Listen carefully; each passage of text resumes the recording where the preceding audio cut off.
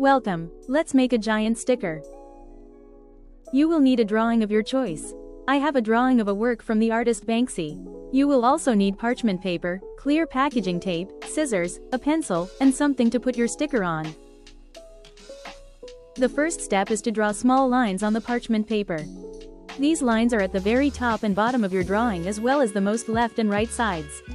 This tells you how much tape you will need. Now you will layer tape directly on your parchment paper.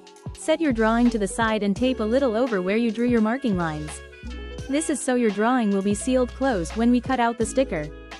A helpful tip is to slowly pat down the tape to avoid getting wrinkles.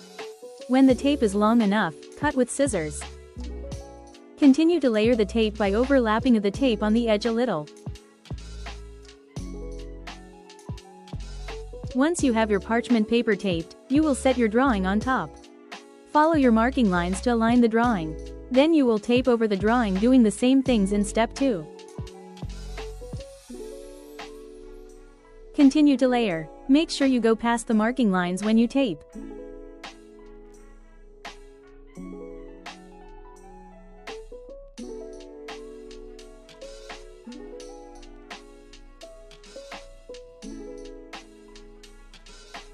After you fully tape over the drawing, cut another bubble around your drawing. This step seals your drawing in the sticker and makes sure it will not flop around.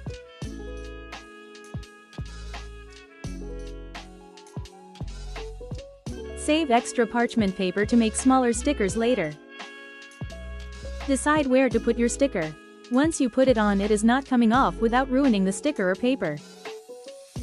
Peel off the back parchment paper to use the sticker. Save the parchment paper for later.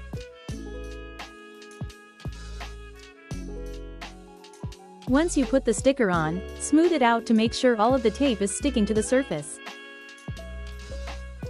Congratulations! You made a giant sticker. See you next time.